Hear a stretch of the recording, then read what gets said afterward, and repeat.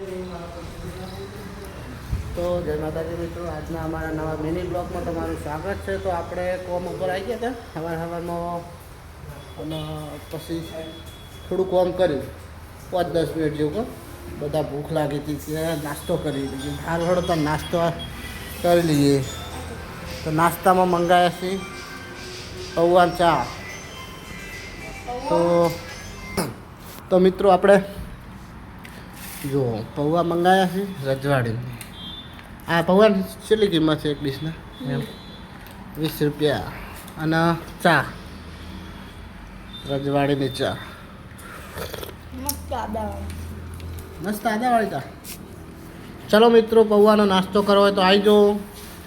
આના આખી ટીમ અમારી ભેગી થઈને નાસ્તો કરવા. આ હેમતલાલ તો જો અલગ જતા રહે. ચા પી તો ચલો મિત્રો, હવે આપણે આટલા વિડીયો પૂરો કરીએ. જય માતાજી.